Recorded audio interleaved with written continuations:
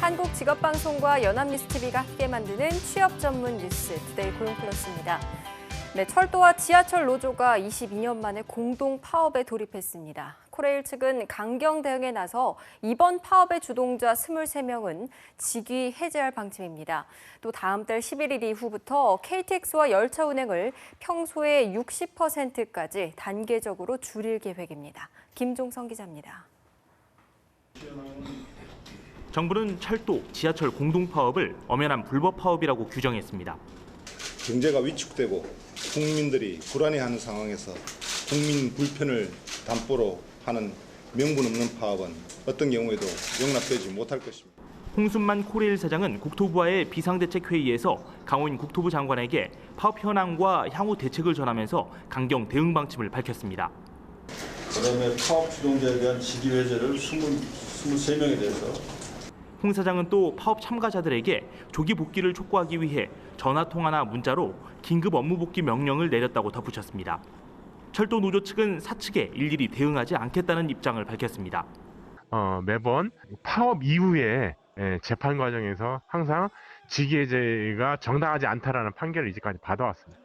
홍 사장은 또 강 장관에게 파업이 장기화할 가능성을 설명하면서 KTX와 통근열차, 전동차의 운행을 단계적으로 줄일 수밖에 없다고 보고했습니다.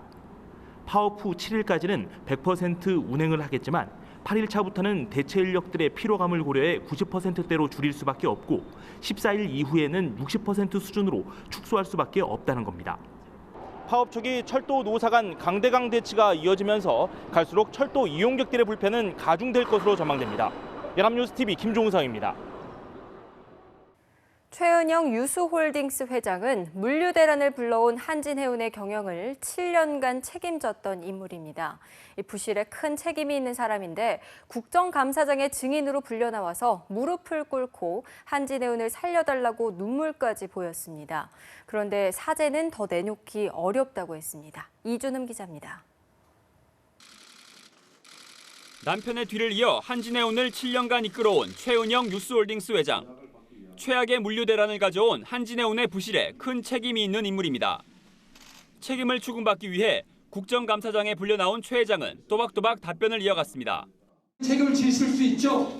책임을 졌기 때문에 경영권을 내주었고 산업은행으로부터 3천억 신디케이터 론을 할 때 제 집과 나머지 담보가 설정되지 않는 모든 주식을 다 담보로 내놨었습니다.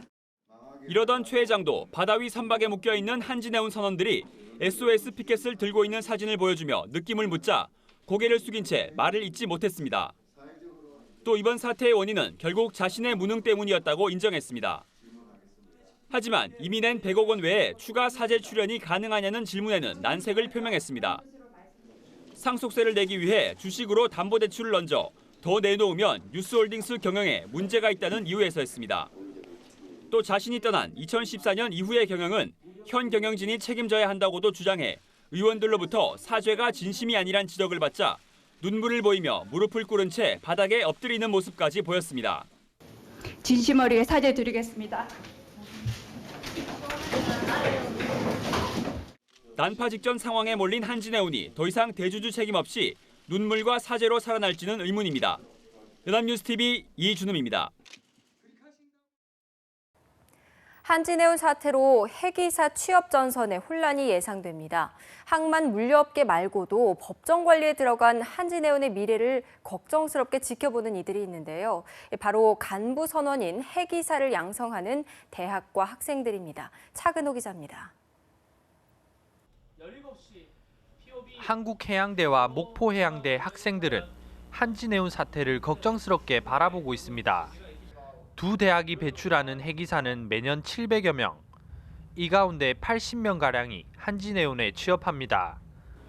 현대상선 등 다른 국적 선사와 외국 선사에도 취업하지만 선사별 취업자 수를 보면 한진해운이 가장 많습니다. 기업이 청산되거나 규모가 줄어들면 그만큼 해기사 채용 규모도 줄어 졸업생의 취업 전선에도 충격파가 몰아칠 것으로 예상됩니다. 저희 학교 학생으로서 제일 기준을 잡고 가는 두터운 회사였는데 이번 사태로 인해서 그 진로를 잡고 가는데 약간 혼선이 빚어졌다는 점에서 좀 힘든 상황입니다. 취업의 질이 떨어질 가능성도 나옵니다. 입시철이 다가온 시점이어서 대학가들은 학생 모집에도 영향을 미치지 않을까 전전긍긍하고 있습니다. 하지만 세계적으로 해기사가 부족한 데다가 한국 해기사들은 우수성을 인정받고 있어 너무 우려할 필요가 없다는 관계자들도 있습니다. 단기적으로 볼 때는 한진해운 사태로 인해 가지고 우리 학생들이 진출할 수 있는 분야가 작지만 장기적으로 볼 때는 우리 학생들의 역량을 강화해서 외국의 유명한 선사에 취업하게 된다면 더 좋은 기회가 될 것으로 그렇게 판단을 합니다.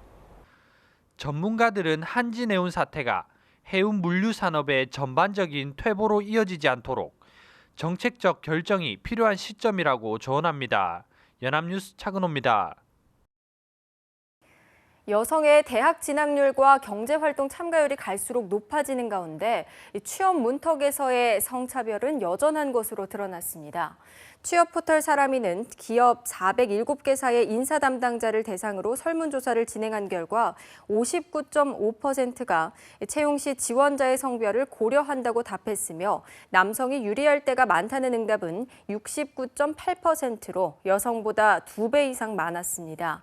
이들은 성별을 고려하는 이유로 성별에 따라서 더 적합한 직무가 있어서를 첫 번째로 꼽았습니다. 특정 성별을 선호하는 이유로는 남성은 신체 조건과 조직 적응력이 꼽혔고 여성은 역량이 더 우수해서 여성 중심의 조직 문화가 있어서가 상위에 올라 차이를 보였습니다. 이른바 김영란법이 28일에 처음 시행되면서 반드시 알아야 할 지침에 관심이 쏠리고 있습니다. 김영란법 시대에 명심해야 할 10계명이 무엇인지 김혜영 기자가 보도합니다. 이른바 김영란법은 지난 2011년 6월 당시 국민권익위원회 김영란 위원장이 국무회의에서 처음 제안해 이름 붙여졌습니다. 정식 명칭은 부정청탁 및 금품 등 수수의 금지에 관한 법률로 명칭에서도 알 수 있듯이 부정청탁과 금품 등 수수, 이 두 가지 행위를 금지합니다. 먼저 부정청탁 행위의 경우 금품이 오가지 않더라도 또 공직자가 아닌 민간인이라 하더라도 처벌 대상이 될 수 있어 주의해야 합니다. 만일 부정청탁을 받는다면 거절 의사를 명확히 해야 하는데 그럼에도 또다시 동일한 청탁을 받는다면 소속 기관장에 신고해야 합니다. 금품 등 수수에 있어서는 중요한 개념이 직무 관련성입니다. 쉽게 말해 업무적으로 가까운 사람일수록 더욱 주의해야 한다는 겁니다. 음식물 3만 원, 선물 5만 원, 경조사비 10만 원이라는 가액 기준을 충족한다 하더라도 직접적인 직무 관련성 여부에 따라 처벌받을 수 있습니다. 공직자 등은 동일한 사람으로부터 1회 100만 원, 1년에 300만 원이 넘는 금품 등을 받으면 직무 관련성과 무관하게 처벌받습니다. 이 기준은 배우자에게도 적용되는데 만일 본인이든 배우자든 수수 사실을 신고하지 않는다면 과태료를 내거나 처벌을 받게 됩니다. 골프를 자비로 치는 것은 문제가 없지만 직무 관련자로부터 접대를 받는 것은 원칙적으로 금지됩니다. 학교 선생님도 학생과 학부모로부터 음식물이나 선물을 받아선 안 됩니다. 권익위는 직무 관련성에 대한 개념이 모호해 헷갈린다면 각자 계산하는 더치페이를 할 것을 권고하고 있습니다. 부정청탁과 금품 수수를 신고하면 누구든지 신변 보호를 받고 2억 원 이하의 포상금이나 30억 원 이하의 보상금을 받을 수 있습니다. 연합뉴스TV 김영입니다. 김영란법의 시행에 따라 업계의 표정도 엇갈립니다. 골프와 축산업계는 울상이고 편의점과 아웃도어 업계는 조용히 표정 관리에 들어갔습니다. 이준흠 기자입니다. 마침내 다가온 김영란법 시행, 업계의 표정은 극명하게 갈렸습니다. 직격탄을 맞은 곳은 골프업계입니다. 개천절 연휴 등으로 예약이 가득 차 있을 시기지만 골프장마다 예약률이 30-40%씩 감소한 것으로 알려졌습니다. 경영 악화로 이미 매각이 진행 중이거나 매물로 나올 가능성이 있는 골프장만 100여 곳에 이른다는 분석도 나오고 있습니다. 축산과 수산업계도 울상이긴 마찬가지입니다. 김영란법의 모의고사격인 올 추석에 굴비와 한우 세트 등 고급 선물은 지난해와 비교해 매출이 20% 이상 떨어졌습니다. 반면 상대적으로 김영란법의 부정적 이미지에서 자유로운 편의점 업계는 일부 혜택을 볼 것으로 전망됩니다. 생필품 위주의 저가 제품을 판매하는 데다 김영란법 시행에 따라 명절 선물 등이 저비용, 실속형 위주로 변화하고 있기 때문입니다. 골프의 입지가 좁아지면서 아웃도어 업계는 반색하고 있습니다. 접대 이미지가 강한 골프 대신 큰 비용이 들지 않는 등산이 인기를 회복할 것이란 기대감이 높아지면서 최근까지 고전을 면치 못하던 아웃도어 매출이 다시 상승세로 돌아섰습니다. 이와 함께 대형마트와 백화점 업계는 저렴한 제품 위주로 상품을 내놓으면서 김영란법 시행에 따른 시장 상황 변화를 예의주시하고 있습니다. 연합뉴스TV 이준우입니다. 소상공인 10명 중 7명은 창업 5년 안에 문을 닫는 것으로 나타났습니다. 국회 산업통상자원위원회 소속 새누리당 이채익 의원이 중소기업청에서 받은 소상공인 생존율 자료에 따르면 지난 2008년 창업한 소상공인 중 2013년까지 활동한 비율은 29%에 불과했습니다. 연차별 생존율을 보면 창업 1년차 60%대에서 2년차에 47%가량으로 급감한 뒤 5년차에는 29%까지 떨어졌습니다. 업종별로는 숙박과 음식점업, 예술, 스포츠, 여가업, 금융, 보험업의 생존율이 최하위권에 속했습니다. 올해 스마트폰 시장은 삼성과 애플의 신제품 대결이 뜨거울 것이라는 기대와 달리 성공 여부를 장담하기 어려울 만큼 안개 속입니다. 신작 출시 부담감에 보여주기식 기술을 앞세운 제조사들은 결국 고전을 면치 못하고 있습니다. 한지희 기자입니다. 삼성전자의 갤럭시 노트 7 배터리 폭발 사태는 전 세계 소비자들을 혼란에 빠뜨렸습니다. 전작보다 배터리 용량을 키우기 위해 분리막을 얇게 만들었는데 내구성에 문제가 생긴 겁니다. 애플의 아이폰 7 또한 과부하가 걸리면 소음이 난다는 동영상 때문에 결함 논란에 휩싸인 상황. 심플함을 추구하기 위해 이어폰 단자를 없앤 조치는 소비자들로부터 블루투스 이어폰 판매를 위한 꼼수라는 악평까지 받고 있습니다. 소비자 입맛에 맞게 카메라 등 여러 모듈을 조립해서 쓰는 구글의 아라폰은 큰 기대를 모았지만 협력업체의 모듈 공급이 원활하지 않아 출시가 물거품됐고, 마이크로소프트는 소비자 편의성보다는 자사의 운영체제를 고집한 스마트폰을 지속 출시하면서 노키아 휴대전화 사업부를 전면 철수했습니다. 이 같은 쓴 실패를 맛본 블랙베리는 결국 한국 시장 철수 3년 만에 자체 운영체제 대신 안드로이드를 탑재한 스마트폰으로 시장에 복귀했습니다. 전문가들은 제조사들의 지나친 출시 경쟁심에 앞서 정작 품질 검사에는 소홀한 것이 아니냐는 지적입니다. 너무 유행이 빠르고 막 6개월 적어도 사람을 2년마다 바꾸니까 이 내구를 소홀히 한 것 같아요. 그 소비자들은 다양하고 하여튼 사용하는 여건이 다르기 때문에 조심해야 되는 거죠. 기술 과시보다는 기본에 충실한 스마트폰을 바탕으로 사용자의 경험을 확장하는 전략이 필요할 때입니다. 연합뉴스TV 한지입니다. 현금 영수증을 발급받지 않아 소비자가 소득공제 혜택을 받지 못한 금액이 5년간 120조 원을 넘는 것으로 나타났습니다. 국회 기획재정위원회 소속 국민의당 박주현 의원이 국세청에서 받은 자료를 분석한 결과 2011년부터 2015년까지 소비자가 요청하지 않아서 무기명으로 발급된 현금 영수증은 164억 200만 건으로 전체 현금 영수증 발급분의 63.7%를 차지했습니다. 금액으로 따지면 121조 2,672억 원입니다. 국세청은 현금 영수증이 무기명으로 발급됐다고 하더라도 추후 홈택스나 상담센터에서 소득공제 혜택을 받을 수 있다고 설명했습니다.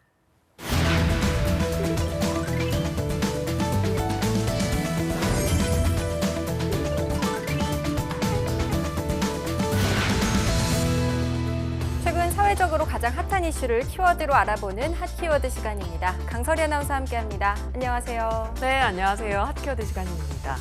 얼마 전 인기 예능 프로그램이 500회를 맞아서 이른바 증강현실을 소재로 새로운 포맷을 실험할 것이라고 알려져서 화제가 됐습니다. 출연자들이 가상의 캐릭터를 찾기 위해서 현실에서 게임을 벌인다고 하는데요. 그래서 증강현실에 대한 사회적 관심 또한 높아졌습니다. 오늘은 우리가 사는 세상을 획기적으로 바꿔준다는 증강현실에 대해서 알아보겠습니다.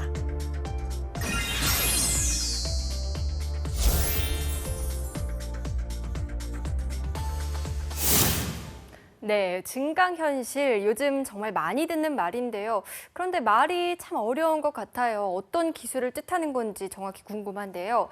사실 가상현실이란 말을 써왔잖아요. 이 가상현실과 증강현실 어떻게 다른가요? 네, 이건 컴퓨터 게임을 생각하시면 이해가 빠르실 것 같은데요. 가상현실 게임은 말 그대로 가상의 캐릭터가 나를 대신해서 가상의 공간에서 게임을 하는 겁니다. 영어로는 버추얼 리얼리티라고 하는데요. 더 완벽하게 가상현실에 몰입하기 위해서 헤드셋과 특별한 안경을 착용하기도 합니다. 반면에 증강현실은 영어로 어그멘티드 리얼리티, 줄여서 AR이라고 표현하는데요. 뜻을 풀어보면 증가된 현실 정도로 해석할 수 있습니다. 네, 이 증강이 수나 양을 늘려서 더 강하게 한다 이런 뜻이니까요. 현실인데 더 강한 현실, 이 현실의 확장 뭐 이런 정도로 받아들이면 되겠군요. 네, 맞습니다. 이 증강현실은 실제 현실에 컴퓨터가 제공하는 정보를 더해서 새롭게 만들어진 세계라고 생각하시면 됩니다. 증강현실 게임은 실제 내가 실제 공간에서 가상의 캐릭터로 게임을 하는 거라고 생각하시면 됩니다. 현실과 가상이 혼합되어 있는 상태이기 때문에 혼합현실이라고도 합니다. 네, 조금 어려운데요. 이 현실에 가상의 이미지와 정보를 더해서 새로운 현실을 만든다 이런 식으로 이해하면 될 것 같습니다. 이 가상현실보다 더 현실감은 뛰어난 거죠. 얼마 전 큰 화제가 됐던 포켓몬고 게임이 바로 이런 거죠. 그렇죠. 바로 그겁니다. 포켓몬고 게임을 실행시키면 스마트폰에 내장된 지도와 GPS를 이용해서 내 위치가 인식되고요. 카메라를 통해서 공간을 볼 수가 있습니다. 게임자는 그 실제 공간에서 숨어있는 가상 캐릭터인 포켓몬스터를 찾아서 몬스터볼을 던져서 잡는 게 바로 증강현실 게임인 포켓몬고인 겁니다. 네, 그래서 사람들이 휴대폰을 보면서 여기저기 다니면서 실제로는 보이지도 않는 몬스터를 잡는 어떻게 보면 조금 우스꽝스러운 모습을 연출했던 겁니다. 게임 외에 또 증강현실을 활용한 예시가 또 있을까요? 네, 있었습니다. 지금 보시는 장면은 영화사에서 증강현실이 가장 인상적으로 표현된 장면이 아닐까 싶습니다. 바로 2002년에 나왔던 톰 크루즈 주연의 영화 마이너리티 리포트인데요. 영화의 배경은 2054년이었는데 영화보다도 38년이 빠른 오늘날 이와 비슷한 기술이 실용화를 앞두게 됐습니다. 네, 맞습니다.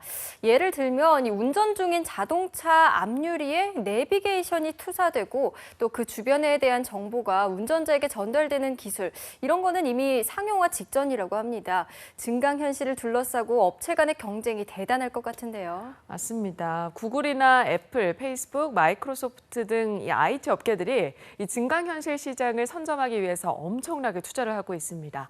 삼성의 경우에도 2009년이었죠. 29살의 나이에 테드 강의를 통해서 증강현실을 전 세계에 소개한 프라나브 미스트리를 영입했습니다.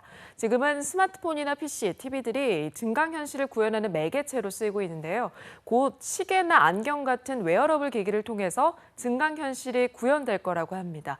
예를 들면 안경의 경우에 그 안경을 착용해서 보는 모든 이미지는 증강현실이 되는 거죠. 네, 정말 영화에서만 보던 일이 펼쳐지는데요. 네, 게다가 단순한 정보 제공이 끝이 아닙니다. 박송희 아나운서, 저는 페이스북 친구잖아요. 저의 페이스북이 뜨면서 지금 제 기분까지 짐작할 수 있다고 하는데요. 이런 기술들이 이제 거의 상용화 단계에 있다고 생각하시면 됩니다. 네, 온라인 세상이 생기면서 우리가 사는 세상이 바뀐 것만큼 또 엄청난 변화가 있을 것 같은데요. 시장 규모도 어마어마하겠죠? 그렇습니다. 아직까지는 증강현실보다는 가상현실이 더 큰 시장이라고 할 수 있습니다.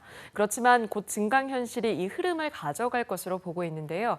KT 경영연구소에 의하면 2020년 전 세계 가상현실 시장은 300억 달러입니다. 약 35조 원에 달할 전망인데요.